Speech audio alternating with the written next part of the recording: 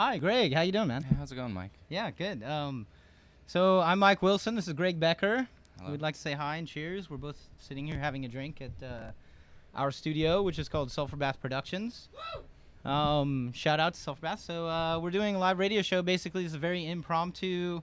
Last minute, we decided to do a radio show. We sent any of you viewers that have joined us. Thank you guys for joining us. We sent out an email last minute that says, "Please join us. We're going to do a ramble." And so we decided basically to put our stuff together and do like a live radio show. So we're gonna have a few segments. We'll have some music. We have some music from Brandon White and Fumio Tashiro. Mike has some things to share to maybe begin with. Yeah, I guess we should begin with that. So this is really turns into an impromptu show based on the loss of a friend and a brother today. This is an homage episode. This episode, which is our first episode of the Sulphurbath Productions talk show, is dedicated to Greg Slovak. Greg is my friend and brother. Long story short, we spent a long period of time growing up as brothers together. And I just found out today, actually, that we lost Greg. It's a sad time, and so there's definitely this nostalgia behind knowing Greg and this feeling in my heart of what is death and, you know, what happens when you lose somebody and the feeling that hits. And, of course, it's so powerful. So we decided at the last minute here just to sit and talk. You know, I want to do an homage episode to Greg. I want to reach out and say to Greg, wherever he is today, that I love him and I miss him. And this is what I have in me to express, to say, I've lost somebody that I care about deeply. And, you know, I want to share that. And I feel like death is one of the things that's not talked about. It's taboo, right? It's not, we talk about it when we have to talk about it. Yeah. And so it comes out in these ways. And so I thought, why not put together a show? Let's talk about, let's be sincere, let's be honest, let's talk about the real issues. Absolutely. And the real issues that are hitting me now are being able to know somebody and know somebody's life and then cope with the fact that that ends and then you lose them. And so that's something deep to me. So we want to spend a couple segments, as Greg mentioned. We want to talk about death a little bit. We have a segment that's going to be based on dreams. And so we want to talk about a specific dream and do maybe a little dream analysis. That's also going to be about you, Mike. So this is a story about Mike. Yeah, in some parts. Yeah, tonight's episode, the first episode, is basically going to be like kind of my psychological ramble.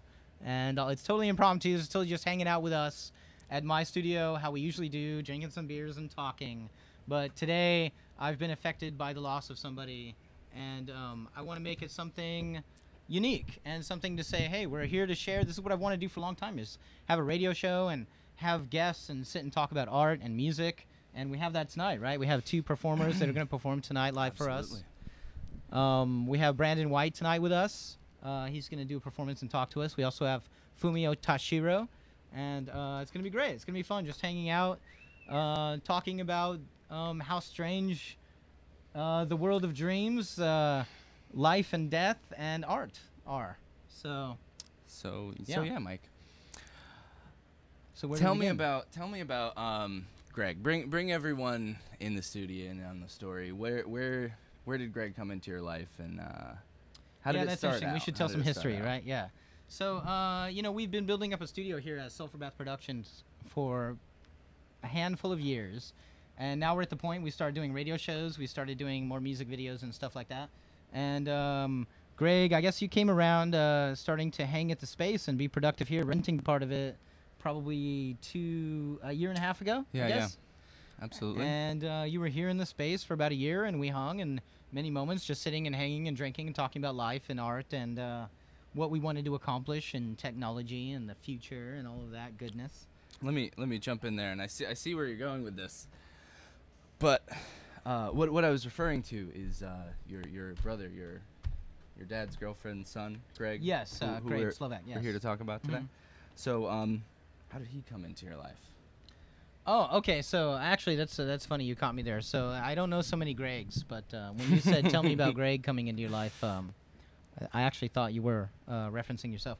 No, but Greg Slovak. You know, I first met him. My father and his mother were in a relationship, and therefore we were brothers. And it was a good close to a decade, I would say, of off and on hanging out on weekends and seeing each other and hanging out and out running chores and washing cars for our folks when they were inside hanging out as a relationship and being young. He was a bit older than me, but I looked up to him knowing that he was, knowing he had this experience on me. Just a brother, like somebody fun to hang out with, somebody really cool, like one of the best people just to go and hang out with, So, that was Greg. Unfortunately, we lost Greg just recently, and again, this is just kind of an homage to him and wanting to say something, wanting to produce something and just be like, this is an homage episode. And for the last several weeks we've been wanting to put together a show, and I've thought, what can we talk about and what can we do, and just knowing Greg as close as I did and knowing what he would want me to pursue, and just the honesty and the sincerity in our relationship, and just knowing him as a brother and knowing somebody tight and then losing them, he would want me basically, I think, just to be honest and just to share. And the thing that we do when we're being honest here is talk about the art and the music and the stuff that we're trying to do, as well as how we perceive the world. Yeah, and stuff that doesn't make sense, which is part of how we perceive the world sometimes. But so we want to do a general episode. This is a talk show. This is an art show. It's going to start as something that's going to have these different segments, talking about death, talking about dreams, talking about art, and talking about music. And we're going to continue to do those. These are the first few episodes. Today is the first one. And it's for Greg. And so, in honor of Greg, I want to pour some on the block for a dead homie, for somebody that I love, that I miss. And he was in pain for a long time, and now he's gone. And his mother and his family carry him on, and he lives on with them. And this is totally a real, sincere homage to him and how sad I am to lose somebody. And like I said earlier, when you confront this in your life, this becomes something that it's like, okay, so now you're sincerely investigating and thinking about what is a life and what is losing a life, and it trips me out, and I end up into certain ways of thinking, and I thought how good it would be. Let's just confront it. The beginning of the episode, the first segment, first 10 minutes of this show, which we've already spent, 5 of, that we'll talk about death and, what is death and what the fuck and why. And as humans, as we grow and as we attempt to do what we want to do in life and spend our lives raising families and having careers and such, we all know secretly that it's going to end, definitely. And that it's going to end in some way we don't know about. And that's something that we all share. And there's all these cliches about it and such, but really, at the end of the day, it's a taboo. We don't talk about it. We don't talk about death. Here I stand. This is our first radio show. And one day, hopefully, which would be cool, is, of course, I will die and somebody will be listening to this like, whoa, he's not dead then. And so let's record it now. Let's, for posterity, make as much as we can with art and music and life, and record it and archive it and see what becomes of it. Maybe we can have some interesting conversations that some people could tune into and possibly enjoy and whatnot. So maybe we could. So how do you how do you start that conversation? Right? Death. Yeah, death. I mean, I'll jump in here. I'm actually dealing with some losses in my family currently.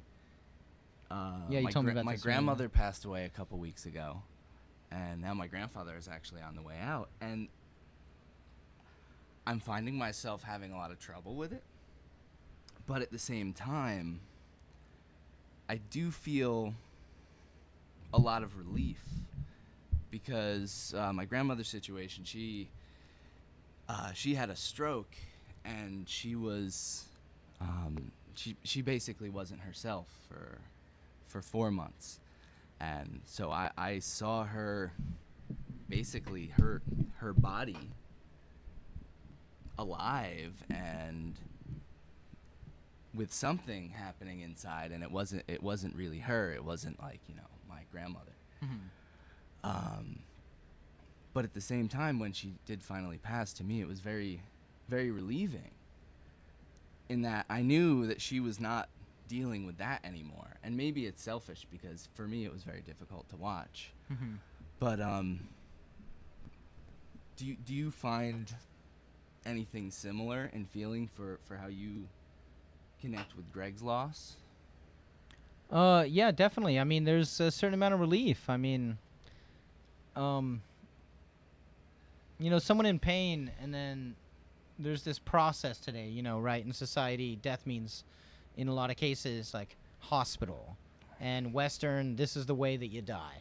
And so there's this whole thing that happens that, there's this pre-paved path in our society that says this is how you die. It either happens suddenly or you go through this whole hospital experience, and that can be full of pain. That can be full of this strife that really is like... And at the same time, there's a little bit of a preconception of when you lose somebody, you're going to go through something very specific. And I find that it's very unique in every situation. It's like we have all this. I guess maybe it's just because we see that's how it's happening. We see it on TV or other people going through it. But then when it hits us, it's a very different thing. Closer to Mike. Yeah, I mean, that's the thing is like I remember recently, it's been 4 or 5 years now, my sister started having kids in our family. And I realized like, oh, that didn't really hit my family until we went through it. Like I wasn't really aware of what it means to have a child and to bring life into it. You're not really hit with that until it hits your family. And I remember very specifically when it did, I had this feeling of like, oh, I'm part of something greater, this humanity. And I think, death delivers the same thing. It's this connection that we all share. And, you don't really think about it. It doesn't really hit you until it happens, until it hits your family. It hits your family, and then it's real. And then it's this thing that you have to cope with. And it's a great tragic thing, of course, but life, of course, would not be the same without the chapter ending. And there's something to be said about, if somebody's suffering, and, we could sit and talk about how much life is actually suffering, when, and when that ends, there's this a certain amount of like celebration, like they made it. It's almost like, right, we never talk about this, but it's almost like, right, you graduate from anything you graduate from, right? Like high school, kindergarten, junior high. I remember graduating from, like, how many fucking graduations do we get until we're like, but you graduate from it, and it's a celebration. A graduation's a celebration. So what is death but graduating from life? And so like every graduation, it deserves a certain degree, I think, of celebration, which is not... I think so, because, put it this way, when the reason I'm so, I think, polarized one way on it, in that I'm relieved, in a sense, well, because of the specific scenario, but even, I don't feel good that they're gone, but at the same time, I don't feel like I'm not surprised. It was going to happen at some point, and I'm not... I guess I prepared for it for a portion of my life. But yeah, and celebration of the sense of like this a completion, and like absolutely at the same time it's a loss and it's a tragedy. And so how do you just trying to cope with that and just being like, of course you recognize it as your own life, and so you want to celebrate the life of somebody that has lived, they have passed, and generally you want it to be the best circumstance that it can be. But, unfortunately, it's not always, and... It's often not, because we don't degrade gracefully, people. We break down, and we prop ourselves up for as long as we can. We really do try, in a lot of cases, and I think it's that whole part that's really becomes difficult for a lot of us. Yeah. So, there's really, it comes to it, like, discussing it. We could talk about it for an hour, but there's really nothing to be said. Like, it's basically just a realization that it will end someday. The realization that it's finite. And in some sense, that gives you urgency, and that gives you this importance, like the will to meaning. Like, like Viktor Frankl's will to meaning, surviving the Holocaust, like, always recognizing... Wait a minute, no matter, how quickly we die, how much suffering there is still a meaning here. This is life, and it means this. And who does it mean that to but future generations? And so, documenting it and talking about life and talking about death and allowing, others to hopefully somehow cope with it. And, it's the closer it hits, the more difficult it is, of course. But, No, I don't mean to challenge your... the neat bow that you're trying to put on this right now, but I think it's also important to recognize that it's a messy part of life. I mean, it's the finality of life. It's the end of life. So death, I believe, is always going to be challenging for the living. Yes. It's always going to be something that's very, very confusing and something that we're not going to be able to really have a handle of. Yeah, we don't know. That's the essence. I mean, And I think that the most important part, like you're saying, is that the celebration of the lives that have happened, the people that have lived, not specifically when they die, but that certainly does make us want to do it a lot. Mm-hmm. And that's the seesaw of it. You know, I go back and forth between the celebration of a life and trying to move forward, and then basically the depression and the sadness of what you lose. And, you know, that gives the impression that we need to retain, and, you know, whoever you know and whoever you love, like, retain some essence and a strong memory, you know, because it's not permanent, basically. But that seesaw, going back and forth between those two things, and basically just trying to cope. And then as soon as you know, you're back to work and you're not paying any attention to death anymore. And then Right. Oh, no. it's ignored until it comes up again in your life, you know. And I have many friends that have lost the most important thing, you know, is someone else, another human that you communicate with, that you love. And, Yeah. you know, just dealing with that. And I think that's a huge thing. But, you know, as artists and as, you know, people that work on, you know, different projects, and, you know, we research technology, and we're digging into, like, different things that we can do as experimental projects, and we want to do all these great things with music and video. And at the same time, though, we constantly challenge ourselves, like, so what does that actually mean in the real world? What can that do? How can that apply to somebody as good? And then, you know, you're hit with something like that emotionally can wreck you. And I always come back, when that hits me, I always come back to the thought that, is there some way to connect the worlds of art, the worlds of music, with a functional, pragmatic way of talking about actual human civilization and society and psychology, basically without the media and without advertising and without, like, an honest, sincere approach. Like, let's talk about humans, and the humans we know are us, right? So this is what we're gonna do, as flawed as it's gonna be. Well, so.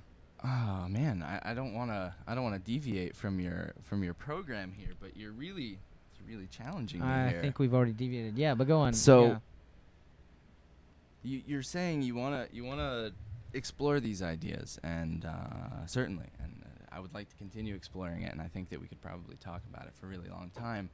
But do you mentioned you want to explore these ideas without the influence of the media? Do you think that that's possible?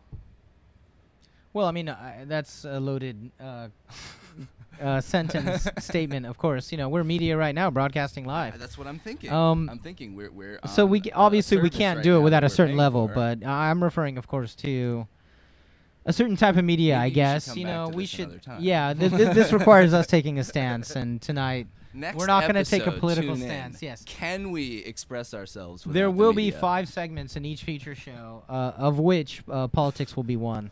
And for now, though, that's it's loaded, and we're not going to take a stance now. But what we are going to do is share art and music with you tonight, and talk about a couple other segments. So what I would like to do now is switch it up. So basically, we got 4 segments in tonight's show. So we've talked a little bit in honor and homage to my dear brother and good friend Greg. And so I miss you, Greg. I love you, Greg. Before we end the Greg segment, This is there was anything about Greg tonight's you'd like to episode. share? Yeah, it's that tonight's episode was spontaneously inspired by Greg and knowing who he was and knowing, But you should know, anybody how in the honest. world know something about Greg? You know what I mean? Like, cause no, not a lot of people necessarily. You listening know, don't I know what's Greg because I happening know right him. now. But yeah, it's who true. Greg is. What Yeah. What should they know about Greg? Greg has always inspired me in his honesty and his peace that he gets, and just telling it like it is, basically. He's a brother. He never hid anything from me. And, you know, compared to where I'm at, he was very wise. And, you know, I've always loved him. He's always been just straightforward. And in his name, you know, an honor to honesty and sincerity. And so in some way, this whole idea of, like, doing a spontaneous show tonight was inspired by him, with this feeling, this dark feeling I got. And earlier, you're hearing the news and you lose somebody, and then you realize it's all finite, and even our own lives and our own art. And whatever microcosm any specific work of art brings up, it starts and it ends. and how we deal with that, and how many cultures have dealt with that, and how they've dealt with that. And shit, that this seems to me like a lot of great content. So let's talk about how humans cope with death, how they cope with dreams, how they cope with living, how they cope with breathing, how they cope with art, how they produce art in response to coping with something else, and music. What music actually is. I'm super inspired by music and my friends that play music, and we want to combine all these things together. And of course, we're just another podcast, another show in a world. I heard recently there's 1,700 years of footage on YouTube. So we're just in a sea of like just adding a little bit more. Yeah, a little bit more. Just a sea of people that are just like in their apartments producing shit. So that's what we're doing. And tonight's first episode was inspired by and in honor to Greg Slovak. And I miss you, Greg. And yeah. So from there's gonna be 3 other segments, right? So but I think we should switch it up a little bit and have some music, right? Hey, if that's what you want to do, Yeah. I think yeah. Do you want to introduce Brandon? Yeah, I think that'd be really cool. So we're gonna do 3 more segments: music, dream analysis, and then music. So we're lucky tonight to have 2 different performers joining us. The first of which is Brandon White. I can't say too much before I bring him out, so I guess I just would like to invite him out. Brandon has done tons of recordings. He's super prolific. He's done everything from his own solo work to the band Cuss Words to working on tons of different videos for other artists. So yeah, I'm gonna pull a chair and invite Brandon out. Come on down, Brandon. Yeah. Cool. So super li-fi. So. Okay, so let's we got to squeeze together too to make sure that we're all in the shot. Yeah. Greg, I can see from here in the monitor that Miho's this way with the camera.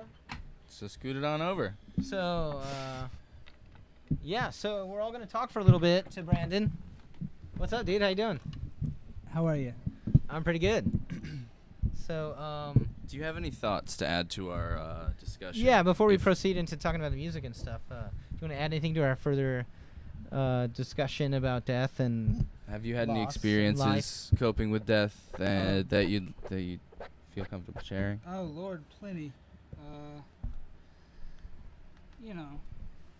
Because Yeah, basically people in tonight your we're on life- hallowed ground. It's It's just one of those things you gotta live with. I mean, they die, and it's a bummer. And sometimes it's sudden. Sometimes it's a slow, painful thing that you have to live with and learn to live with. But at the end of the day, you just celebrate them. What you have is your memories. What you have is the time you have with them. And that any way you choose to live your life and any way you choose to do your thing, you, in a sense, try to honor them like the best of their character. And the fact that you were lucky to even know them to begin with. Yeah, So, absolutely. yeah, well said. Though. That's it. Yeah. Yeah, well said. Totally. So, to those we've all lost, and that's the other thing is everybody's lost something. Man. And we want to dedicate all of this. So this art, I hope Greg and all those we've lost are here listening tonight, and tune into the different stuff we're talking about in the music. But yeah, that's what it is. Do you find it super taboo? Like, we don't talk about death much in society, right? We kind of just like breeze by it. I would say so. Mhm. And I would say that we have certain defense mechanisms that means we say like 1 of 4 or 5 things in response to death. Yeah. An example of which would be kind of what I just said. Right. It's a complicated issue because the people you live with in this world, you love them to death, but there's... Oh, that's a bad pun. You But love it's 'em, accurate. I you mean, love yeah. 'em, Yeah. but... I love them all the way to death. But, there's things about them that are tricky. There's things that are a pain in the ass about them. And that's, part of the capacity to love anybody or care about anybody Yeah. is you have to deal with their flaws. And Mhm. that I find oftentimes when somebody has passed, we have a funny way of forgetting their flaws, but in the same way, the flaws of a human being is the flip side to what makes them awesome, Like, the good always comes from the Yeah. bad. Right. So, I don't know. So when would I you think of say you're people- challenging us to consider when we lose somebody don't forget anything about them, even the flaws, because they're important, and that's something don't turn them into a bumper sticker or a postage stamp or a flag or a monument. You know, they're still human, you know, and what made them human is something that you can learn from in your life, and always consider that, you know. That's the great lessons of knowing anybody, is the great in them, and the not so great in them is an opportunity for yourself to go past your own foibles that you've created for yourself, your own imperfections, so on and so forth, you know. Yeah. You know, I guess what I'm trying to say is have a human relationship with the people that you loved, who you've lost, instead of, you know, like, oh, he was a saint. Yeah. Oh, he just, wow. Well said, man. I like the way you put that. Yeah, really well. Yeah. Thank you. Thank you. So, I mean, you know, well said. I can't add much more to that. So, that being said, so, I want to lead into, like, what you've been up to, man. You've been playing lots of music. I've heard tons of your recordings and loved them. Thank you. What are you working on recently, right now? I'm actually, I'm working on a couple splits with some friends of mine from Louisiana and some friends of mine who are living up here. Mm-hmm.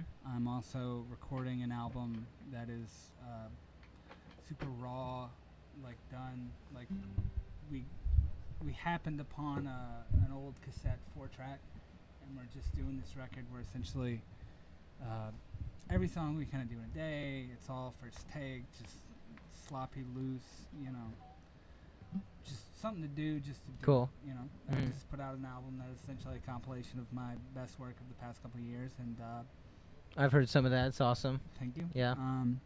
And rather than waiting to make something like a proper follow-up that's life-changing and incredible, I'm just kind of making something for fun. I'm actually going to play a couple songs from that record tonight. Cool. Great. I've never played anywhere, and I've barely played them like all the way through. So we'll see how it goes. Great. Awesome. Yeah, great. So my good friend Brandon White playing some new songs from his new recordings, and I'm just gonna give you some time, man. We're gonna sneak away and go for it, man. Yeah, thank you guys for joining us, Brandon White.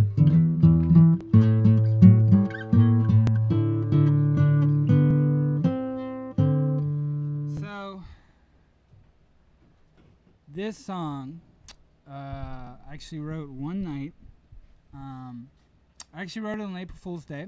It was, you particularly have those kind of days where it's just kind of terrible, and it's just like a series of bad news. Just like you get one, and then it keeps staggering into like another one, and then another one, and then another one, and then another one. And I'm usually not one of those kind of guys that's like, I'm fucking sad, I gotta write this song to express my soul. But I put this together that day. So yeah, it's called April Fools. So here we go. First time it's ever played live. April Fools, and you're a joke. Keep it cool because you're broke. Break the rules that you wrote for all to see. It's all waiting new to turn into you. Old habits, awful men, they run this town. Follow you into your dreams until everything that gleams is just a poison. Oh, I've waited for you to feel like I do. Two rabbits. Oh, oh, oh, oh, ooh. We'll force our kind of sunshine on the world.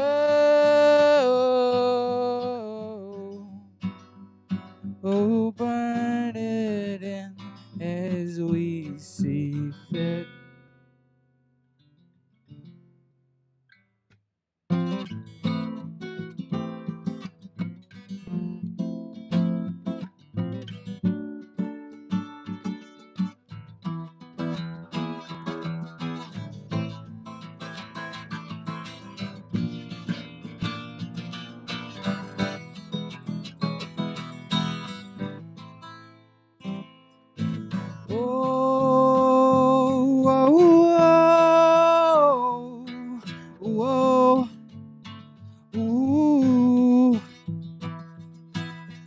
with foresight, kind of sunshine on the world.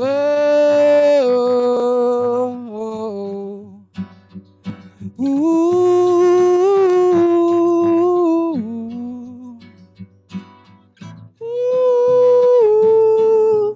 Ooh. Ooh. Ooh.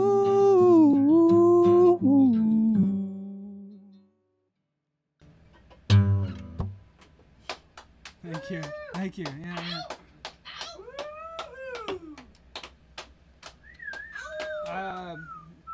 Yeah, here's another one. This is also the first time I ever played this live, and it's pretty much the first time I played it the whole way through. So, here we go. This one is called All Over. It's actually, this one is actually on the single we just put out when I was talking about the 4 tracks. It's cusswords.bandcamp.com if you're interested, and it costs $1. So, there you go. Give me your money. So, all right, so here we go. All right. Ooh, ooh,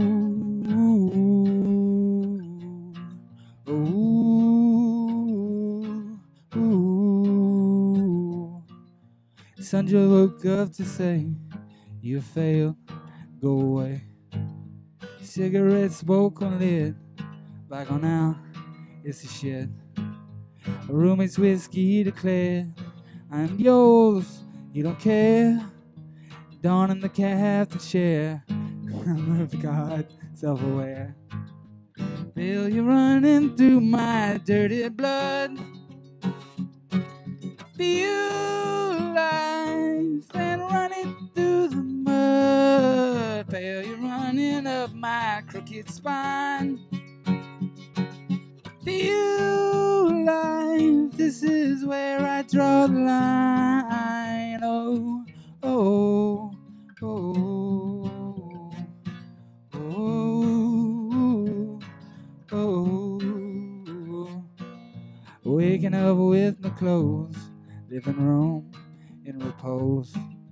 Roommate says put on pants, so I do in a chant.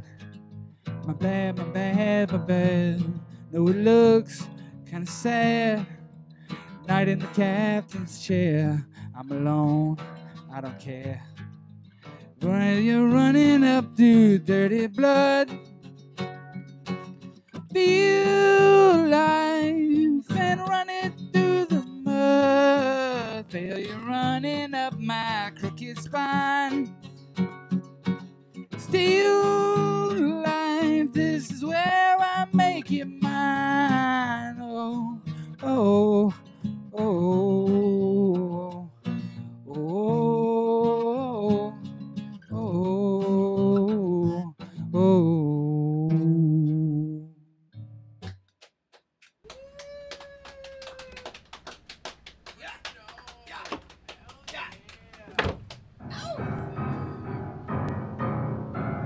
This episode is about life.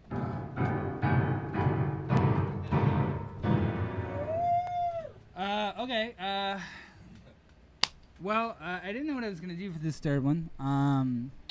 And as we were just kind of setting up the mics and just kind of fucking around, I played, this is actually one of the first songs I ever learned. I actually learned it on banjo before I learned it on guitar. My grandfather taught it to me. He was a big country western guy, bluegrass guy, the whole bit. That's how I learned how to play music, blah, blah, blah, who gives a shit. But, this is Your Cheating Heart by Hank Williams Sr. And we'll fucking see how this goes. So, okay, there it is. Your cheating heart will make you weep. You'll cry and cry and try to sleep, but sleep won't come the whole night through. Your cheating heart, will tell on you when tears fall down like falling rain. You toss around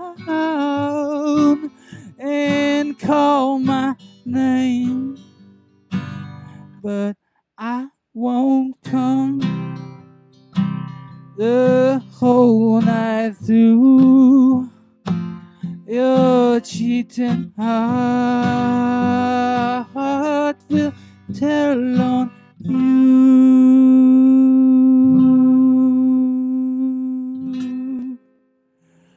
Ooh.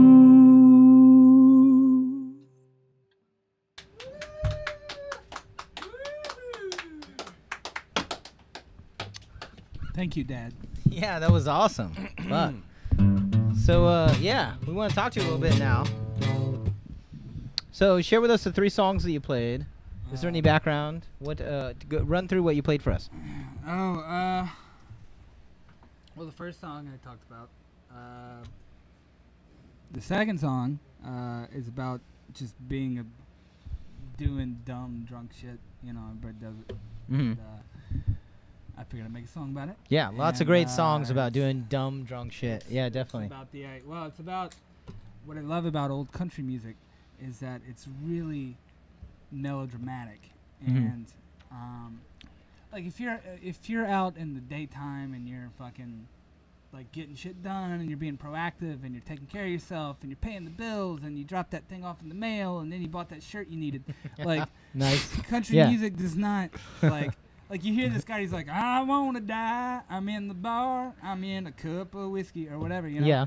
And he done fucked something up. You're like you just don't care. Like, it doesn't mean anything to you at that time, right? You're just like, fuck this hillbilly shit. And then you put on, like, you know, I don't know, fucking Jamiroquai or something. Right? That's what I do. But if it's 3 a.m. and you're drunk and you had a terrible day and the theme of the show, like if somebody died or whatever, and you're drunk and it's 3 a.m. and you're dealing with this crazy kind of pain, that all of a sudden that like, I want to die, I'm gonna drink myself to death, you know, like that kind of shit suddenly becomes really potent and super powerful, and it's like speaking to you, you know, and it's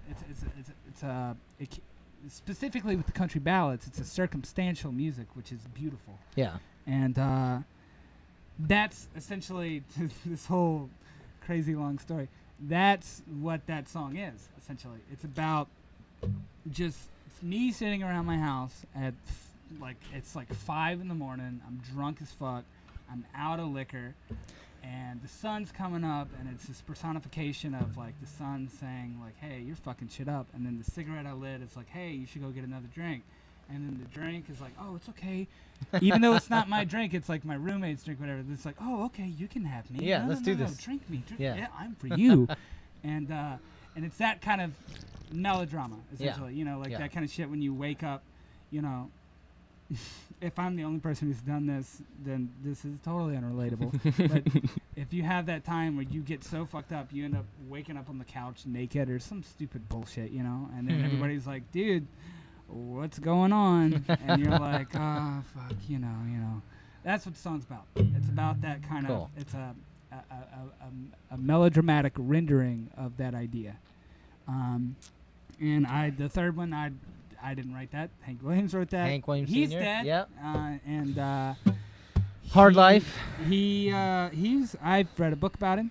He is a shitty guy, and he was terrible. He's a genius. He is one of my favorite musicians ever. He's changed my life. Well, that kind of links to what you were talking about earlier. I'm talking about doing foolish shit at 3 a.m. Generally, Hank Williams is playing in the background some of the times, and. But yeah, I can't even fathom the amount of pain it took for him to create that kind of music. Yeah. But hey, maybe one day. Oh, man, keep going. Something to look forward to. Yeah, cheers to that. Right? Yeah. Well, and you know that brings up a good thing. That's going to be a whole other episode sometime. Is how much great artists come from pain, and you know the strife. I think the real question is how much great art has not come from pain. Yeah, it's an minimal. Easier question to answer. Minimal, yeah. Let's answer that question. We'll just go through a bunch of minimal. Jamiroquai? Are we? We can't. Jamiroquai. Jamiroquai. It's a good example, but you know. Ooh, I don't know. The Matchbox We won't 20 call guy, he seems pretty well adjusted. Yeah, we won't call anybody out specifically, Really? but Alice I Cooper. thought that stuff was real, just depressing as well. Well, He didn't seem happy. That's yeah, just me. fair enough, fair enough. Alice Cooper is a cynical motherfucker, and I don't think that guy's felt a thing in his life. I think Alice Cooper really? might actually be a sociopath. oh, And I'm just going to put that out right Yeah. there to put all that out you- there by Brandon all White. you Yeah. viewers at home. Yep. Don't trust Alice Cooper. Yeah, this is the new news. He'll Don't steal your trust fucking wallet. Alice Cooper. He didn't care about you. Yeah. He didn't care about me. Nice. I should ask you, Mike. Yes. What music do you feel has been entirely removed from pain?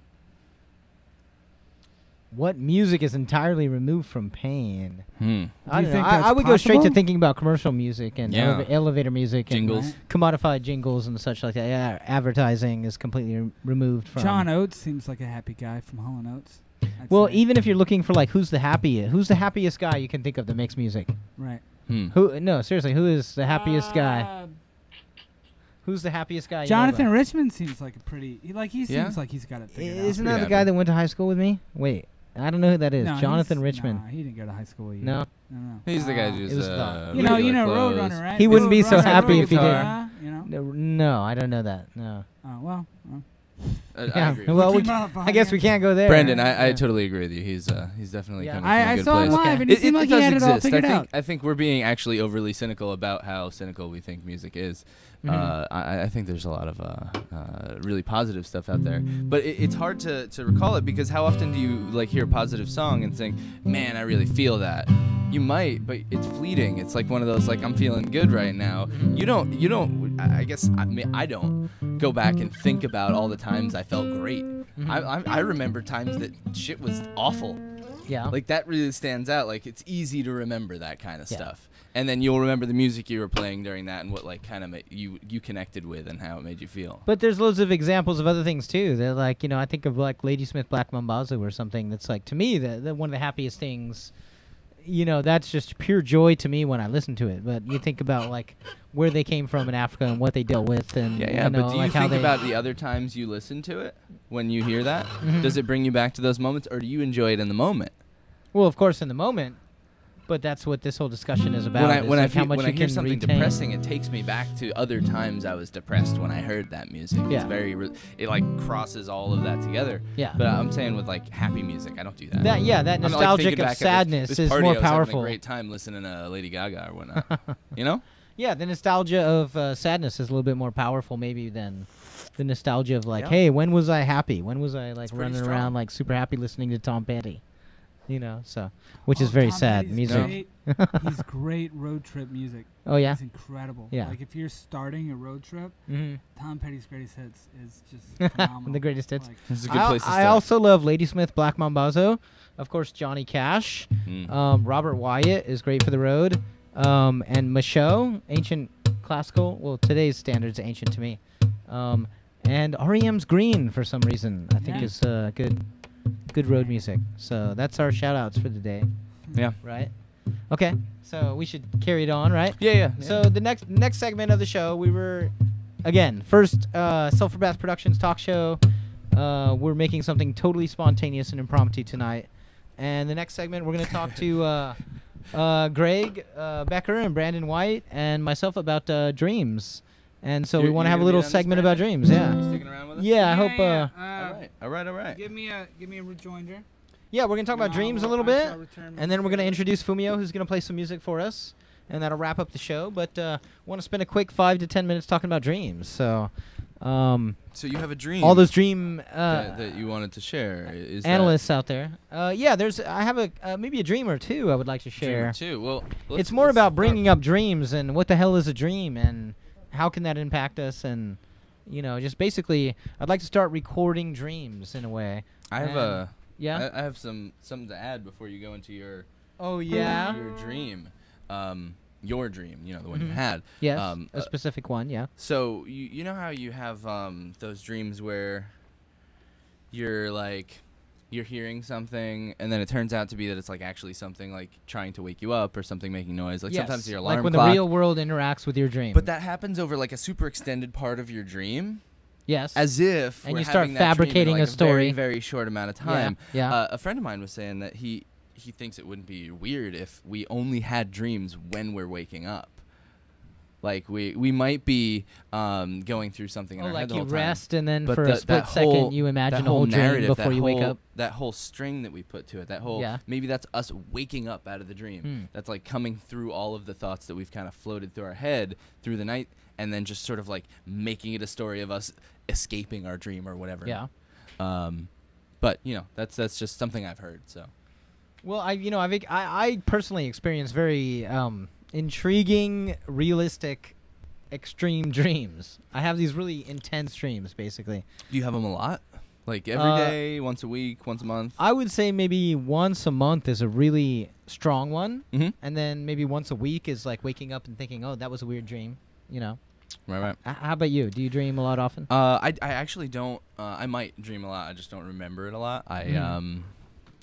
I sometimes remember dreams when I wake up in the middle of the night, and then I remember that I remembered something really weird, but have no idea what it was. Yeah, from what I understand, there's the retaining of the dream is more difficult than the dreaming. We dream every night, but we don't retain it. That's just so twisted and so weird, and it really impacts you. Yeah. And I think the thing that really gets me is when it's super realistic. Yeah. You're like, wow, I felt like I was living that. It didn't seem like a dream to me at all. I didn't wake up and say, wow, there's no way that was a dream. And have you had like a lucid dream?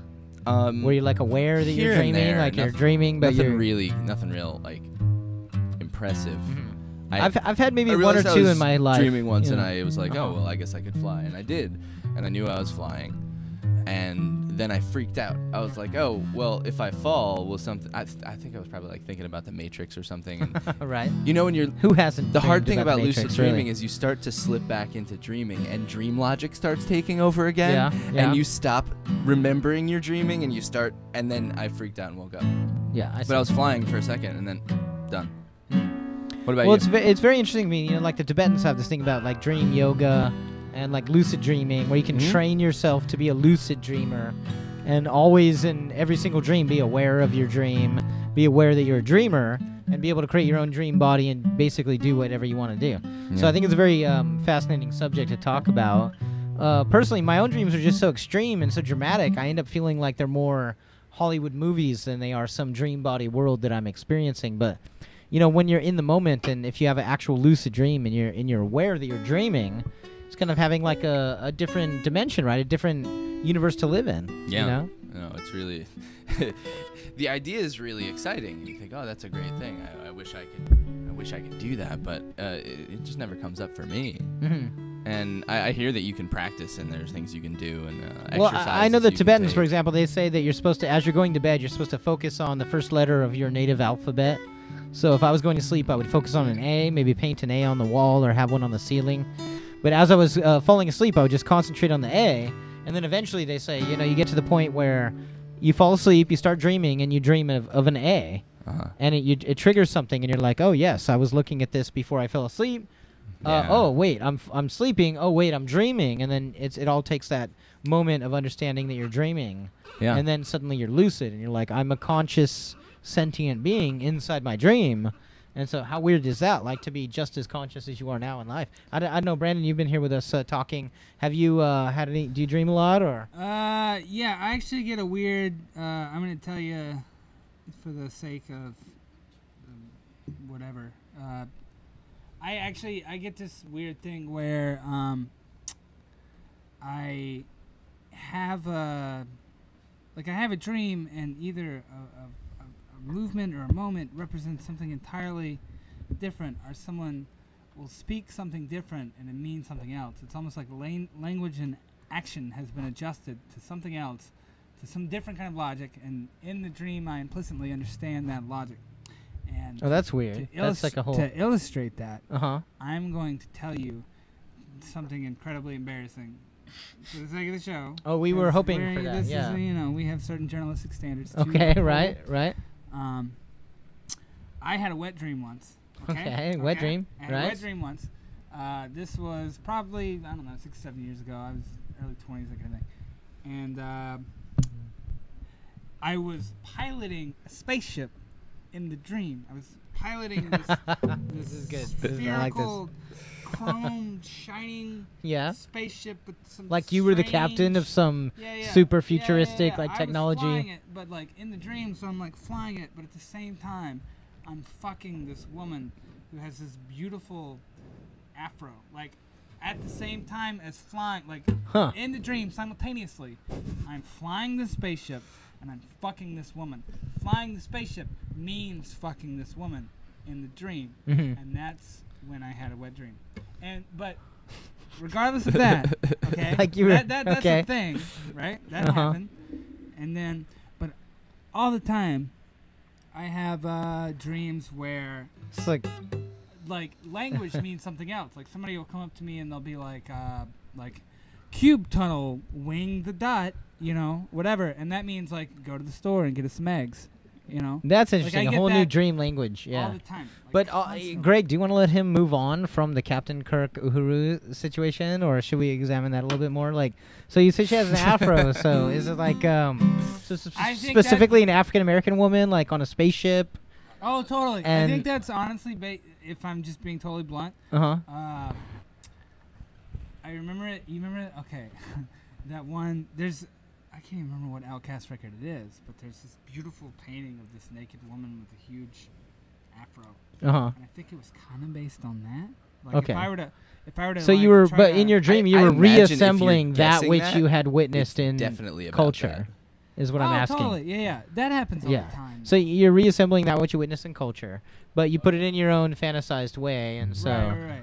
So, but in your fantasized way, you're traveling through space and time, and you are a captain, and apparently, good captain. You're quite a good an excellent captain. Let's leave it at that. You're an excellent captain, and the ship loved you. Yes, and it led to nocturnal emissions. Totally. But what good Star Trek episode hasn't led to that for some young kid? You know, That's many the thing, though. thousands of It's got to be at least one for each. I'm totally removed from that. Well, I mean, but you know, you could hate Star Trek and still come up with plenty of stories of spaceships that you know might. Fair enough. I think if you hate Star Trek, you might still want to fly a spaceship real bad. Yeah, exactly. Yeah. And you might equate that with. I don't like Superman that much, but I'd love to fly. I think that'd be fantastic. You'd love to be the Man of Steel. I find him I'm not interested in his plight or his adventures. I mean, but not if to I be could choose any powers, I would be what Superman. Plight? He's like. Well, that's like choosing all powers. Exactly. It's like you know, like. I guess that's the tragedy. He can never die. Well, whatever. If I was any superhero, I would want to be. I would just say, you know, God. Like, I would be God, and then that's the same as Superman, right? Basically, you can do anything and play guitar to your heart's fancy. Right. So. But what about like weird dreams? You guys like? Let's talk about nightmares a little bit, or something like that. Like recently, I had a dream. Basically, I'm gonna just spout my dream real quick. I had this dream where, I was guilty of murder. Like I murdered somebody. It was like the ultimate. Horrific. Did the murder happen in your dream? The murder happened in my dream. Yeah. Like did you? It was in defense of like home and family. Right. But I did a murder. So there was a situation that led up to this murder in your dream. Yes. As far as you can remember. Exactly. It's a little hazy, you know. It's a dream or whatever, but it was spontaneous murder. So you're at home with your family. Yeah, exactly. At home, and I think like my stepfather and like my sister, and I remember a few people in the dream, and then suddenly I had murdered somebody for some reason, which was you know, inexplicable, and then suddenly there was a dead body, and I was worried about it, and I was like, oh, I'm the guilt, you know, and I'm gonna get caught by the cops, and oh my God, I finally crossed that final, you know, taboo barrier of murder, and just like really authentically feeling the experience of guilt over a murder, and then waking up in the morning. I remember waking up in the morning, and this happened maybe 4 days ago, and I woke up in the morning, and it literally took me a good 20 seconds to think, and to be like, oh my goodness, am I guilty of murder? And I woke up in the morning like, and you know that it takes you a second to filter out and to like let go of what your dream was sometimes, right? So I had this experience where I was guilty of murder, and even when I woke up, I had this feeling like, oh my God, the cops, and then, you know, just as ridiculous as it sounds, and then like 20 seconds later being like, oh no, I did not commit murder. But it took me a minute to like go through my brain and say, holy shit, did I commit murder last night? When I was a kid, I had a dream that I got a new Pearl Jam album. Which is basically like murder. Right? Yes. And I was like psyched because it was like a new record. What was it? Was it 10? No. It was like this invented record in my mind. Okay, kind of yeah. thing. And I'm like, No one and the else whole knew day about at it. school, No one I else, was yeah. in like Secret 6th project. grade. I didn't know any fucking better. How exciting. The whole day I was at school. I'm like, man, I can't wait to get home. Listen to this Pearl Jam record. It's gonna rock. Got this new album. I can't wait. And then as I was on the school bus on the way home, I was like, well, how did I get this record? Like, how? And I'm like, oh, I can't remember how I got it. And then I thought about it for a minute, and I'm like, oh, wait, it doesn't exist. I dreamed that this record happened. Right. And it was How kind of a disappointed you letdown. must have been. It's the Yeah. opposite of your thing, I guess, but on a Yeah. less severe level. But yeah, it was a bummer. So, one of these days, It man, probably Pearl would've been Jam is their going to best make an record. album. It probably would have been the best thing they've ever done. Which No, is not one of saying these much. days they're going to make an album and you're going to hear it and it'll be the album from your dream. That's That'll be the. yeah. That'll be the we'll bee's revisit knees. this You'll- conversation yeah. when that happens. In about 6 years when Eddie Vedder puts down the ukulele or whatever he's doing and they Yeah, get back yeah. together, Right. boom, you're going to see your dreams come true. I think if anybody's gonna pull it off, it's gonna be Soundgarden. If anybody makes a Pearl Jam album of my dreams, I think it's gonna be Soundgarden. And that's it, man. Well stated, man. Soundgarden will make the best Pearl Jam Soundgarden album 2014 of all time. ever. Yeah, ever. 2014. We're hitting for that. So Also, anybody that's 35 years old now is eligible to become president. And so Oh, wow. my friend Les just turned 35. So happy birthday, Les. Just want to throw that out there. are you, also, are you birthday, eligible Les. to be president, Mike? No, starting in September, I will be eligible to be president. Will you be submitting your application? for I'm gonna presidency? get on the president Facebook page and Okay. go for the lottery. I hear there's a Facebook lottery that you can become president. How's and that? It's based on how many friends you have. So, Wow. but also, today's Louis' wedding. Today's Louis getting married. So Louis? happy wedding, Louis and Ina. All congratulations Happy wedding, Louis. to Louis and Ina. They're Huh. getting married today on the day of our first show. So here's that. We're drinking. Pause for drink. So cool. So we talked about dreams, talked about death. We talked about the fact that life would be nothing without death, right? And how cool would death be without life? Like, just not cool at all. Like, that's Let me just not even worth interject considering. for a moment on this. And I'm gonna let Greg interject with his iPhone. This is the for 1 minute the iPhone Dream section. Dictionary interpretation of murder. This comes from I don't know. the some Dream source. Dictionary interpretation of So, murder. I don't Was this like Freud's dream analysis, or I is this don't know. legit, or what are Could you be. looking up? It said something about Jung and Freud. I don't know. As long as it says something about I mean, Jung in the whatever. beginning. It's an interpretation. Yeah. So it Then says this is completely valid. that dreaming that you've committed a murder indicates that you are putting an end to an old habit and your former ways of thinking. Oh. This could also mean an end to an addiction. Alternatively, Mm. obviously, so there's another definition. Yeah. You may an have alternate. some repressed aggression or rage at yourself or at others. Dreaming that you witness a murder indicates a deep. Well, that's not what we asked. Yeah, I didn't witness a murder. consider how the I was victim- the murderer. Yeah. So So deep-seated aggression Well, and you- acting you- out you and did it. ending old habits and you did it in defense. yeah. So I was defending my family for sure. that's This I was mean, a noble. in a sense, it's an emotional act. It's something that you really felt the need for. Something you obviously don't want to be a part of. You don't want to be. Yeah, I a don't want to be a murderer. murderer. I don't want to be a part of that club. And that's why you feel so much guilt about it. So, I mean, maybe. I don't know. Maybe it is just very literal. Maybe you're feeling some guilt about something. No, I like your You're not finding it. interpretation. That just I'm putting an end to something that's threatening my Well, that is- family. that Yeah, is a that's nice that's actually what we're gonna run with on that. So, yeah, it's very cool. All right. So anyway, thank you guys for joining us for the talks about death, the talks about dreams, the talks Night about death. art, and visiting Brandon with his music. Thanks, Brandon, for joining us. What we're gonna do now is we're gonna finish up the show with the music of Fumio Tashiro. Fumio is gonna play us out with a little bit of a spontaneous poetry thing.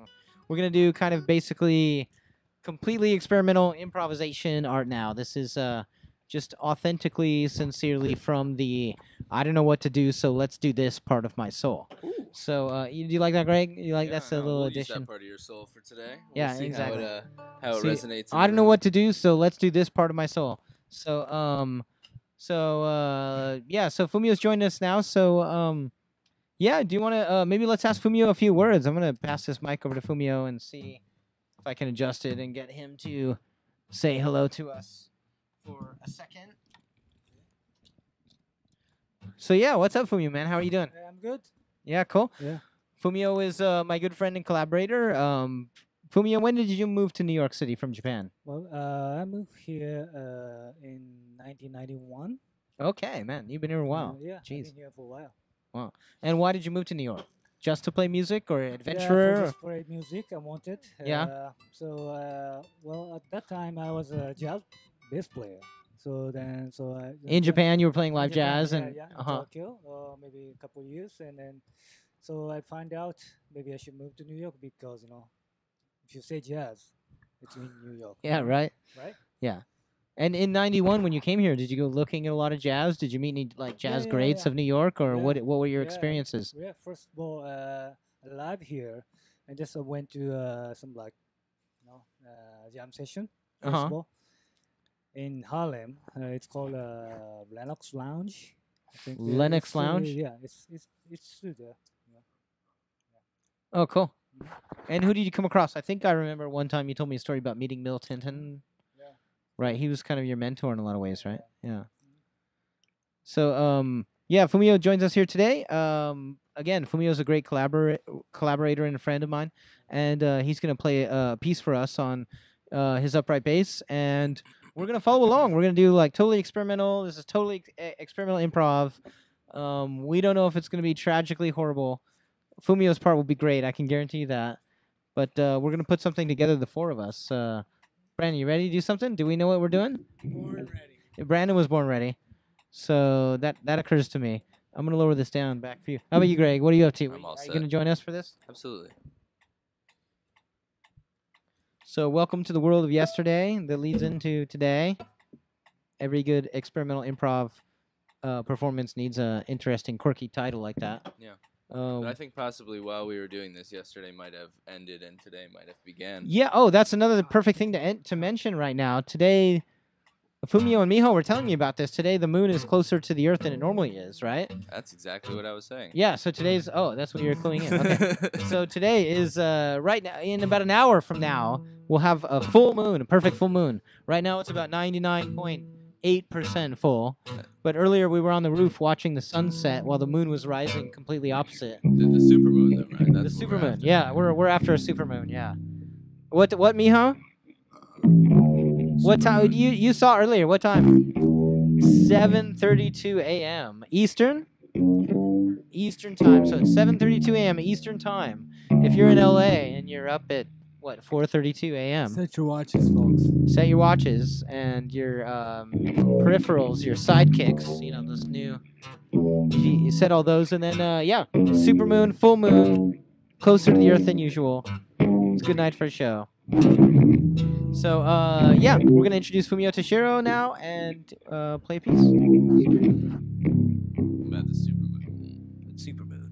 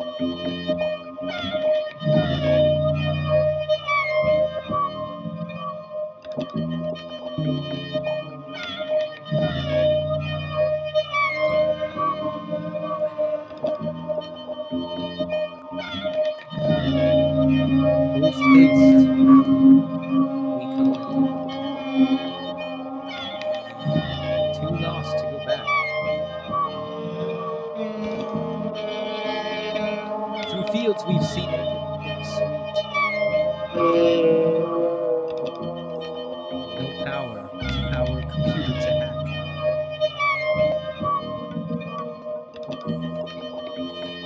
Moments wait. We'll wait minutes. But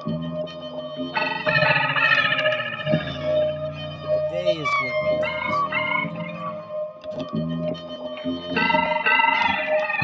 As the sun set tonight on a supermoon, we saw orange, yellow,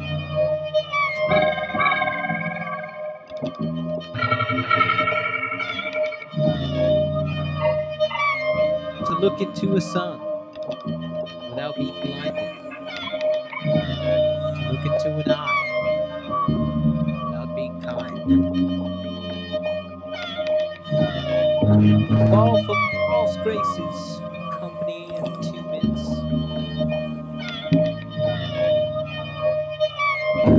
Pay attention to the mind.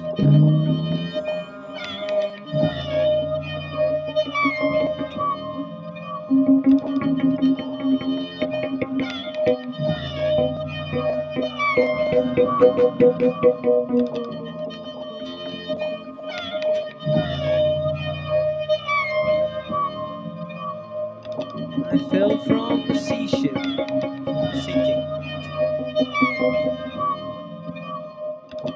When a ship sinks, the density of the water beneath it changes. The water above, less dense, becomes like air. You can fall through the ocean as if you were skydiving.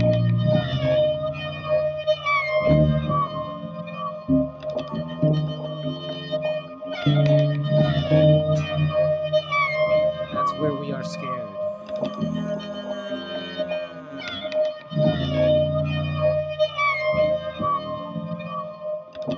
Hello, Father. Hello, Mother. Mission exists from Father. Okay, mission. Hello, mission. Mother hides it in a drawer. Goes up the butthole of Earth. Seek Conclusion wisdom. to be reached Seek wisdom. Find teeth. with the dishwater and speech. Spray paint car water on grass. I can't wait for the solution. Cockroach spray. It's time to live. Tile me.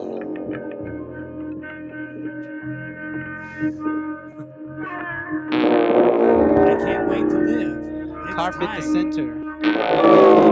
Paint. Why lose when you can win? Why win when you can paint fully into a corner? Happenstance.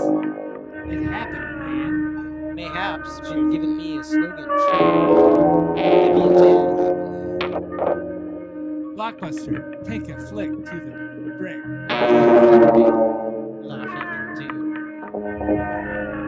LiveJournal.com. Repeat your questions. Repeat your questions. Do. Let's buy a box of shoes and die in them. Cables and smacks. Ties. Let's buy some cereal and die with it. Get relaxed with tithe in mind. I'm so comfortable with this t-shirt that I want to die in it. With parallel, whether cotton, whether burning sensations. Breathe from sleep. Such True mind till relation.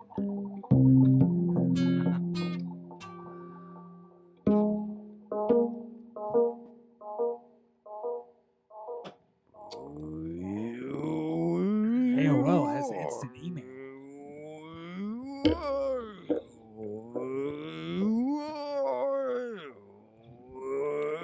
Gummy bears are still for sale. Bring menthol cigarettes to children and teach them how to pray. Coffee will be the fastest and racist.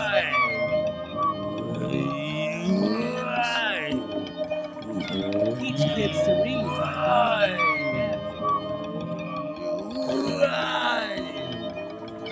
Father, mother, dictator, project, high school.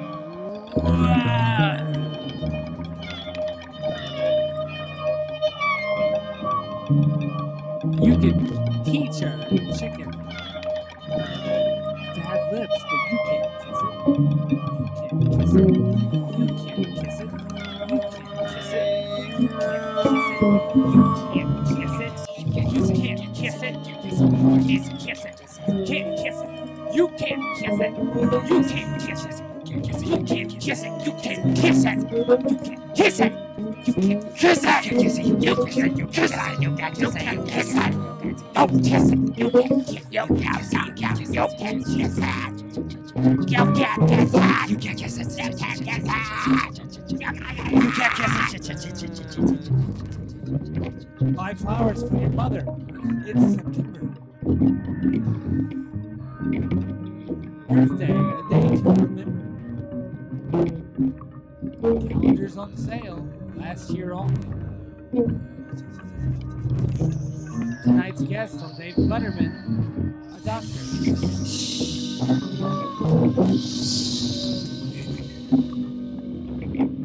They say it was an abortion that did itself. The abortion.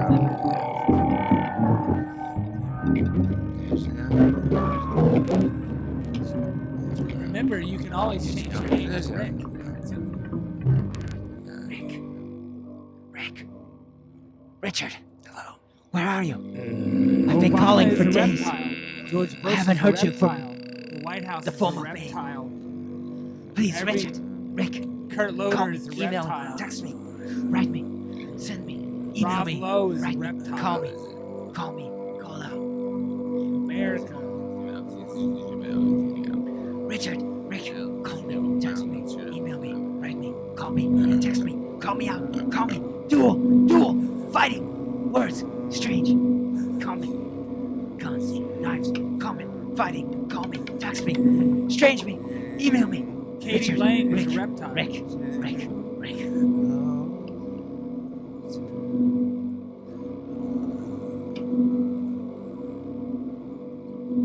If you have kneecaps, remember Pap smear. Louisiana is an aspirin. Don't forget to drink. The earth is fascism in and of itself. Hard to get that sentence out because it's true.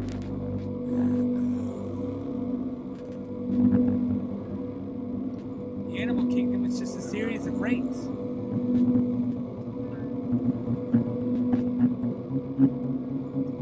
Bart Simpson is a Nazi.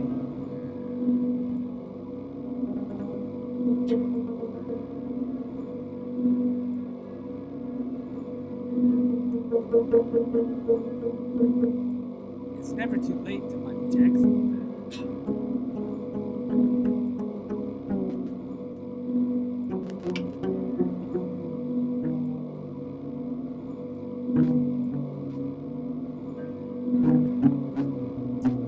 Hello, Death. Hello, Dad.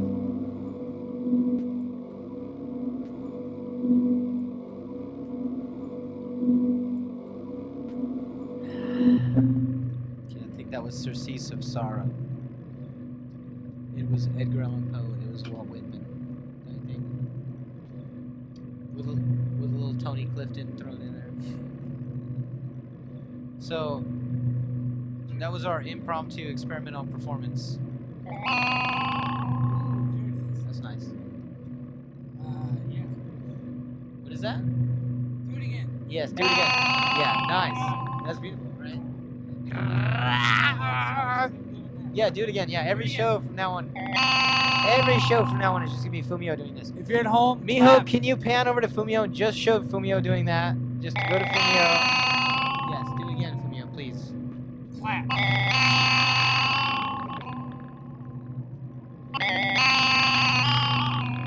What kind of alchemy is that? He's playing an upright bass guitar.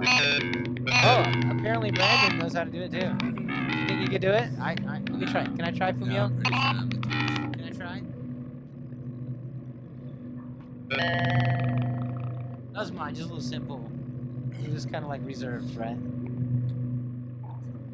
What was that, man? I told you before the show, like before we start, don't work during the show. I told you that. That's not true. Okay, we're wasting time now. So anyway, the show's over, right? We're done. Yeah, no, Yeah. I'd say that's enough. I think we have tortured the audience. I think if anybody Clearly. of the Clearly 5 feel people like that have enough. tuned in live, like thank you guys so much for tuning in. But I mean, goodness, why did you? Like, it's Saturday night, man. No. I mean, please. But like- I would be amazed if anybody is actually hearing this at this current time. no, I That's not in suspect right of now. the So 100 people we invited, if 2 you or are 3. a person hearing this, Yes, if you're human I- and you're tuning in. I appreciate you wholly. If you're We- listening right what now, you've you're done just for as us is cool as we amazing. are. Yeah, exactly. Yeah, there you go. Well said, Brandon. Yes. If you're listening right now, you're with us. We're on the same wavelength, literally. And we'll be back. When will we be back? I don't know. This is the first thing. We don't know if we're doing this like bi-weekly or tri-weekly or So, infinitesimal. What's the substantial ending of monthly? Are we doing this substantially on monthlies? well, let's say monthly right now. So tune back in at least a month, maybe sooner, but probably not. I'm thinking like every month, monthly, on maybe like the penultimate day of the month, which is like second to last. You know, I just want to throw that out there. Yeah, I don't know penalty. Yeah, it's the second And to I'm not last. sure that second to that's- last. When I discovered that, I was like, wait, it should be the one after the ultimate. I thought, but apparently that's wrong. So Yeah. anyway, Well, I mean, probably my it's mom not. and my sister maybe might be watching, but you know, we might have some kind of audience. You might have a friend. We might have a galaxy of people watching, but really, it's only 5 of you, and we thank you guys so much for tuning in. Yes, sulphurbath.com. Sulphurbath.com. This is our first show. We're gonna do everything. lots more shows for art, culture, life, death, rebirth, music, sculpture, performance, photography. We're gonna have lots of our friends show up and talk to us about their art. So Certainly. So, good night. that's the basics Thank of you. it. So Thank yes, you for hearing us. yes, thank you guys very much. Good night, and we're gonna go over and push the button now, which means if anybody was watching, certainly soon you're not gonna watch us anymore. So, yeah, and good night.